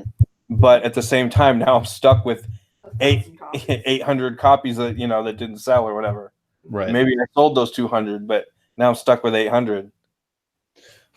Well, and that's where you have to start thinking long term about what is it you want your career to be. Like, do you just want to be a writer, or do you want to become like a small studio? Because our end game is to eventually, follow a similar business model to what Samedi is doing. Like, we want to set up, an Etsy store front, and with whatever over shipping copies that we have left over of all of our books, just sell them that way. Yeah. That makes sense. Yeah, I'd thought about just calling Indie Dave Comics Press or something like that. And I don't have to have 10 books or however many somebody has, a whole bunch. Right. Just every once in a while, I get an idea in my head. Oh, I'll just put it under my own press. Send it out. I mean, ultimately, ideally, I'd like to produce the book and get it finished, and then have a publisher. Just give it to a publisher. I don't have to. I mean, I don't have to be the publisher. That's I wouldn't mind just saying, hey, we produced this book. We got this many sales. I think with you, I think maybe it's something that, like Wicked Publishing, they do. They took what are they doing? Jack Irons. Oh, okay. They're doing Jack Irons, and they've done another few small projects. Now I don't know what they're offering as a benefit to joining their publishing house, because you have to offer something. Which is why being your own publishing house is kind of works. Scotty Richards says, I've used Comics Wellspring. The quality is good and the cover stock is nice and kind of thick, which makes them tend to not lay flat. I just got what did I get? I got T-Bird and Throttle. Yeah, I'm still waiting on my copies of those. Oh, they came in. I bought the the issue 0, 1, and 2. Right. The full package. There's it's a considerable book. It, like, you pick it up and it, you can feel how much it weighs, and it's thick paper, and it seems like a nice big thick book. I was like, oh my god. Oh, that's great. I'm wondering how much those cost to print. Yeah, I'm looking forward to those, and I still have to get what's it called, Ravage in the mail as well. I got both of those the same day. Oh, I was so excited. It was like Christmas. That's cool. I got those, and I got I'm going to be on a kind of desert for a while on ships. I can't think of anything that's due to come in now. Not until, let's see. I don't know, because I got the Elemental Balance. If you ever get a chance to talk to Inzane, that guy. Yeah. That guy's a really cool, smart guy, and I'm actually thinking of having him do my lettering. Okay. For my because the Elemental Balance, the lettering on it's one of those things that really stood out to me. I'm like, wow, this looks really good. He's really dynamic with that. But that guy's really cool. He was like not an oil tycoon, but he worked for an oil company, you know, $1 million. It was like a business. Yeah, he was like, you know, and that guy knows his shit as far as like business stuff. Oh, interesting. So if you ever get a chance, I mean, if you haven't followed him, give him a follow. All right, I'm gonna try to get him on again. He's a real nice guy too. He's a cool guy. Nice. I had him on my show and for Elemental Balance. But yeah, that's those books look really good too. Oh yeah, so I got all right. So I know where I was going with that now. So I got Elemental Balance, I got Ravage, and I got T-Bird and Throttle, and I think now I can't think of anything that's coming out for the next few months that I've backed. Yeah, I know. I think either next month or towards July, I'll probably be getting Earthbound from Narwhal. Okay. And I'll probably just like meet him somewhere and pick it up in person, save him some on the shipping. Because you're close. Yeah, we've met him a few times. He's a cool guy. Oh, so let's see. I think there's some stuff coming out in August. If depending on when Cyberfrog finally ships, he says July, but I'm guessing that's going to be closer to August. Probably. But yeah, that's the next big one I'll be waiting for is Red Rooster. Yeah, I'm gonna look that up right now because I almost never hear anything about it anymore. Right, like I know it's over, it's overdue, but I know they're still working on it. Yeah, but I never see any updates from them, and I'm not gonna sit here and crap on them or anything because again, it's another book that looks really good, but I never hear anything from them. Right, that was one of the early things I backed. Not that one. I backed the Preacher 6 movie. Jawbreakers, Ironsides. Let me see here.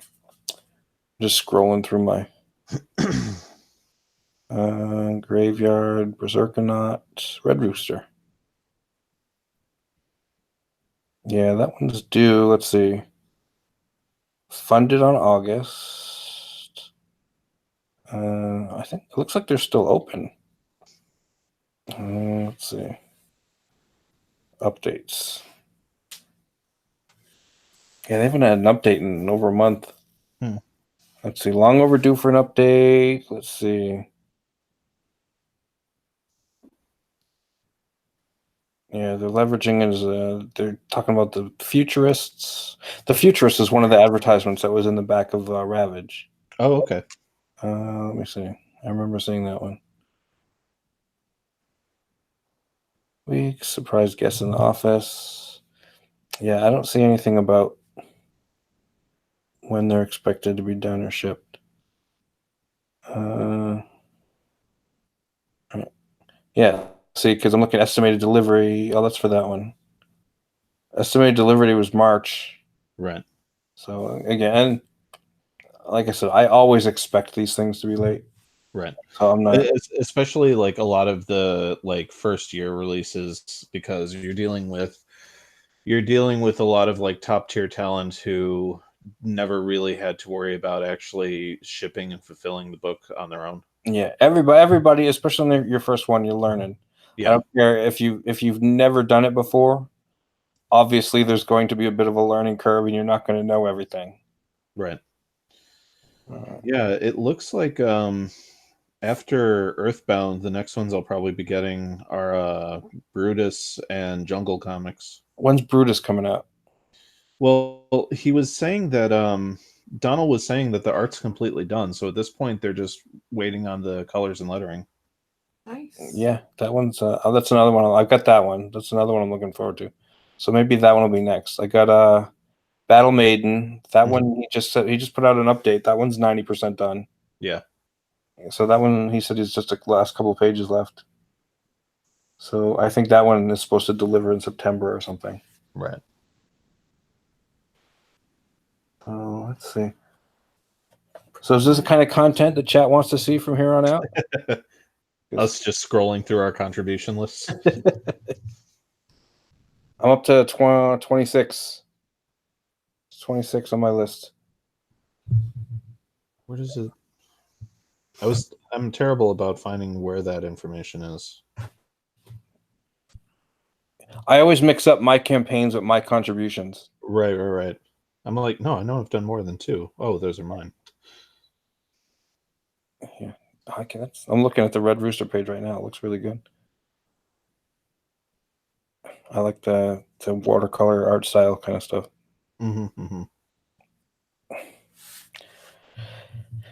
Yeah, so I probably won't be getting Mitch to do my book. Let's see. So the plan, I guess, right now. Well, I'm gonna wait till July, or maybe I'll put it a little bit early. I'm gonna wait till July until the story's out, and then I'm gonna kind of put out the word, and maybe I don't know. I'll probably set up like a DM group for those that get chosen. Sure. And say, all right, this is, and I want to just lay it all out. This is what, you're going to get paid. If we reach this level, then I'm going to go ahead and give you an extra bonus. And so it behooves you to promote the book when it's out. Right. And we'll be doing obviously I've got this channel. So I'll be doing my own shows with everybody on, or as many people as I can get on at a time. I've got 2 guys. One guy I haven't asked, but I'm pretty sure he'll say yes if I ask him. And he's not a big name, but as far as Comicsgate goes, he's well known. So that's definitely one. I'm pretty sure he'll say yes if I ask him. Sure.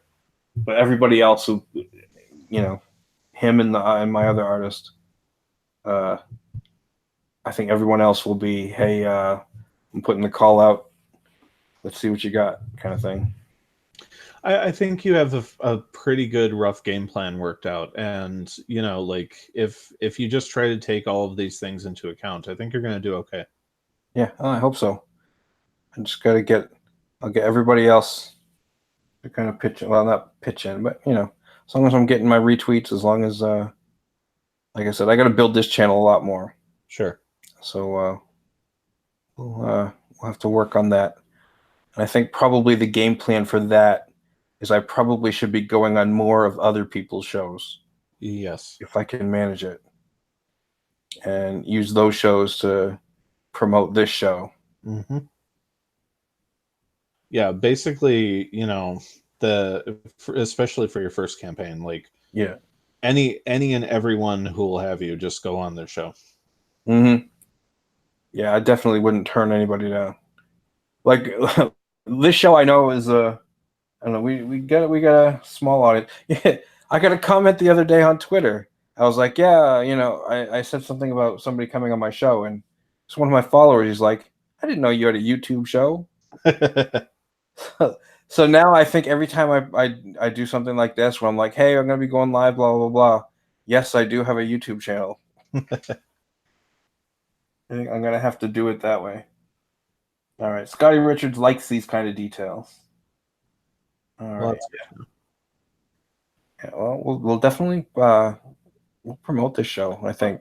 None of the others are really talking about the ins and outs of how to make an Indiegogo work. Really. Malin does pretty good with that, actually, and he's more into detail. Like as the host, I mean, he knows more of the details, and he's really good, actually. I think when you get him talking about it, because I think he's had a couple of shows about it, and I know Pete Samedi he does shows all the time, and that's basically he talks about the nuts and bolts of a lot of stuff. Right. That's really good. I mean, I don't get to watch his shows as much, but he'll do whole shows about nuts and bolts of getting your stuff off the ground and stuff. Like I said, Ethan's not wrong about having, he says 25,000 audience. Yeah, I guess. But I mean, if I got 25,000 people on here that were fans, I still think it'd be a hard sell for the comic. I'd have to push it out. I'd have to push it a lot. Sure. I mean, ultimately what it comes down to is confidence in your product and your product actually being something that's cool. you know, like I think if you can lock those things down, then it just comes down to like getting as in front of as many eyeballs as you can. And I think always having a positive attitude. I've I've talked to some people who are, and not on my show per se. I mean, there are some people that are obviously more enthusiastic than other people, Mhm. but if you got to kind of make yourself a little more, like I said, these people aren't negative. It's just kind of the way some people talk is they don't come across as enthusiastic. It's because they're working hard on their book or whatever, Sure. and it's not that they don't like their work or anything like that, but some people just don't have the energy for it. For Sure. talking a lot. It helps if you keep your positive attitude and try to keep your keep that enthusiasm whenever you're talking about your stuff. It definitely shows. And this is when people come onto my show. If you're going to come onto my show, what makes good conversation, what people attracts you to you and your book is if you're upbeat, if you're enthusiastic about your product, if you're, you got that good attitude. I had Wenger on, and Wenger's great for that. He's He's funny. amazing. Yeah, he's a good guy and he's funny. He should be they should be making more money than they are in that book. I mean, he's a really good guy to have on. You don't think the content holding it back? A little bit, probably. I mean, it looks interesting, but there's a certain age level for that book. Yeah, Sure. I think he kind of, I don't know. I'm not going to say he reached the limit because I want him to to sell as many of his books as he can.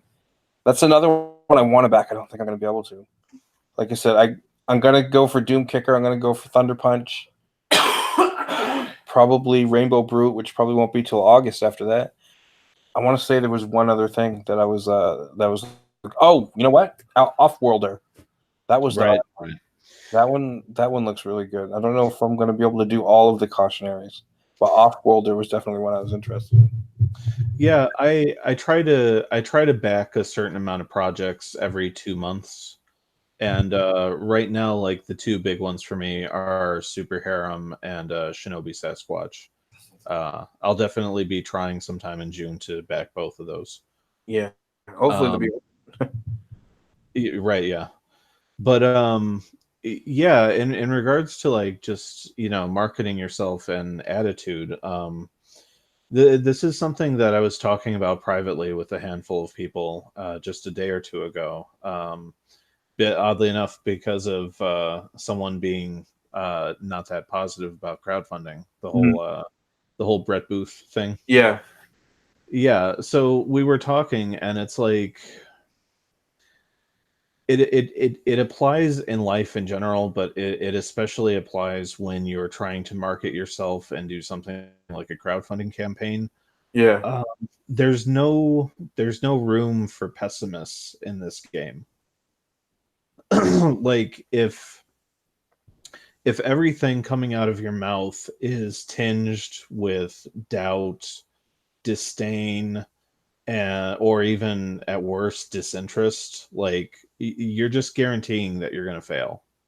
Yeah. And yeah, like I agree with whoever said it. Like, well, I think it was Edwin. Like Edwin was like, "No, Brett, I don't think you should do a crowdfunding campaign." I was looking at his numbers he was spouting out, and I'm like, well, if that's the model you're running, then yeah, probably not. Yeah, and the whole thing about like 3,000 for a sketch cover, I'm like, dude, are you out of your mind? Like, who's like, I honestly, like, if there was any chance in hell he'd ever talk to any of us, I would legitimately want to ask him, like, who's giving you those numbers? I think he thinks, and I'm not going to speak for him, but what it sounds like is he thinks that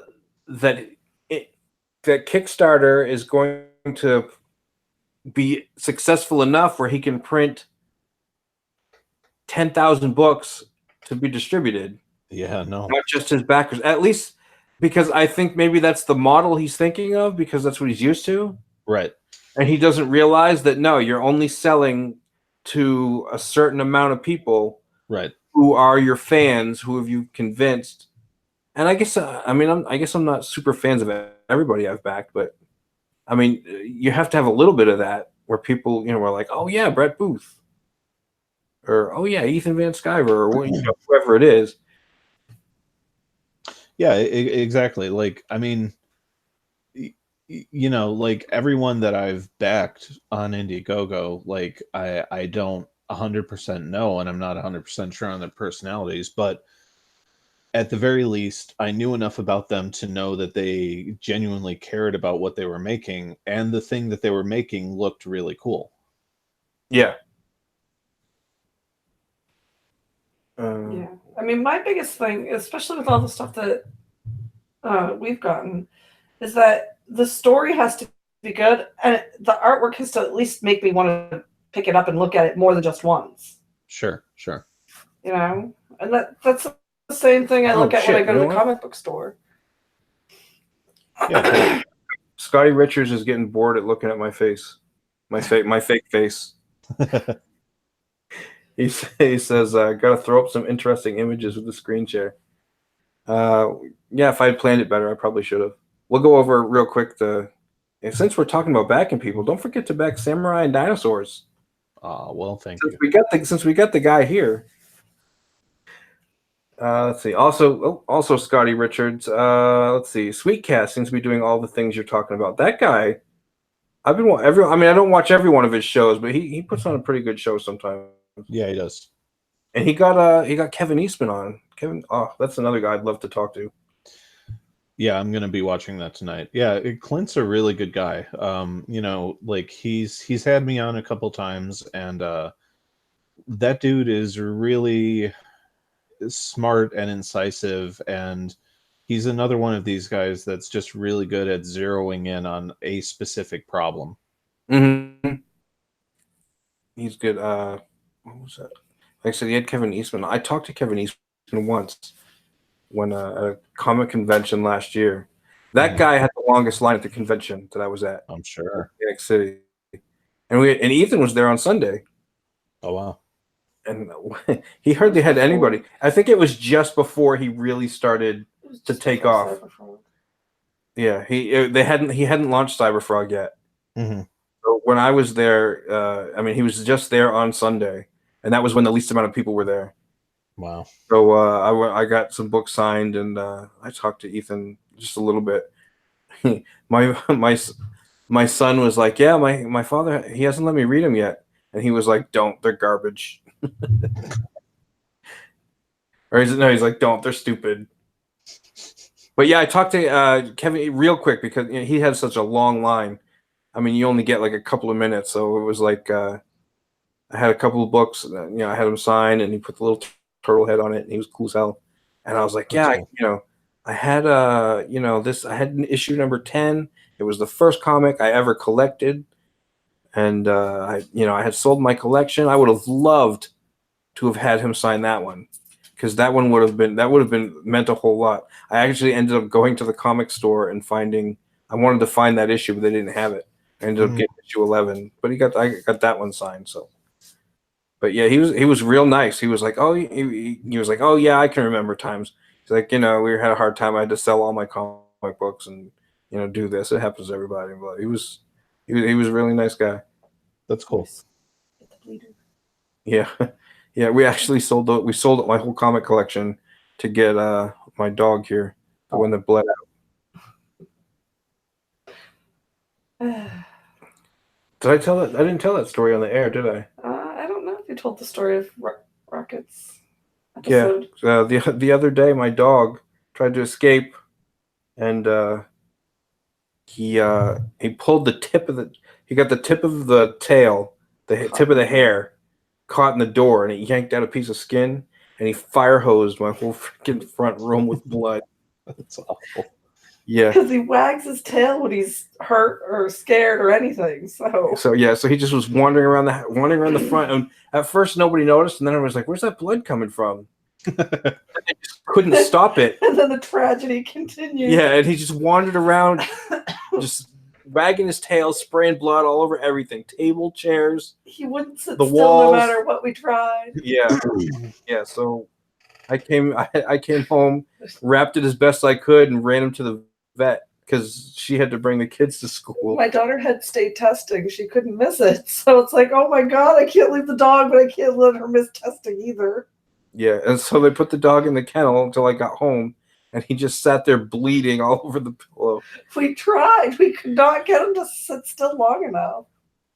Oh, man. And then, so I had to call out sick from work just because I couldn't go to bed because I just finished work. Because we needed to So I clean had to up call the out murder sick. scene Yeah, of so I our had to house. clean, the bloody murder scene.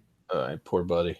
Yeah. I mean, it doesn't seem like it hurts because he hasn't cried or whined or anything, and it's wrapped and he's wearing a cone so he doesn't chew on it. Sure. But he acts like everything's hunky dory, same old every day. I think he's too stupid to feel pain.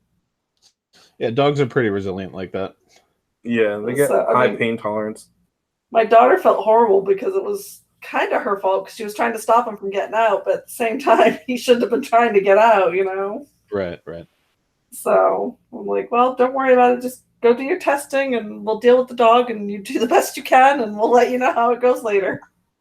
All right, buddy. But I mean, he's sitting here now looking at us like, come on, I want to go to bed already. Right. But he's doing fine. He's happy as can be. My house doesn't look all bloody anymore, so. Good. All right. So I guess now is the time to sit down and start running all the numbers, doing all the research, figuring out what I'm going to do. We'll do that. I'm going to have to figure out some higher tiers and stuff. Yeah, like do what you can. Like definitely take a week or two and try to get all this stuff lined up. And I guess the last thing is like no matter how much you prepare, there's going to be things that you didn't think of that in the moment you're going to have to deal with. Some of those things are like starting to rear their head now, but it's nothing that we can't deal with. I guess the ultimate point is prepare as much as you can, but still allow for the fact that there's going to be stuff that you just won't be able to see coming. Yeah. All right. Well, it's getting late. I was going to do the art thing, but we can do that another day. Yeah, that's fine, man. 11 o'clock here, 11:15 almost. Mm-hmm. So thanks everybody for showing up in the chat. Don't forget, if you haven't liked and subscribed, go ahead and do that. Thanks again for Mike. Don't forget to back Samurai and Dinosaurs with their brand new sexy cover. Yeah, with that brand new cover. That looks awesome. That Kelsey Shannon cover. Yeah, it's amazing. I love it. All right, that definitely got you some sales, and let's hope it gets you more sales.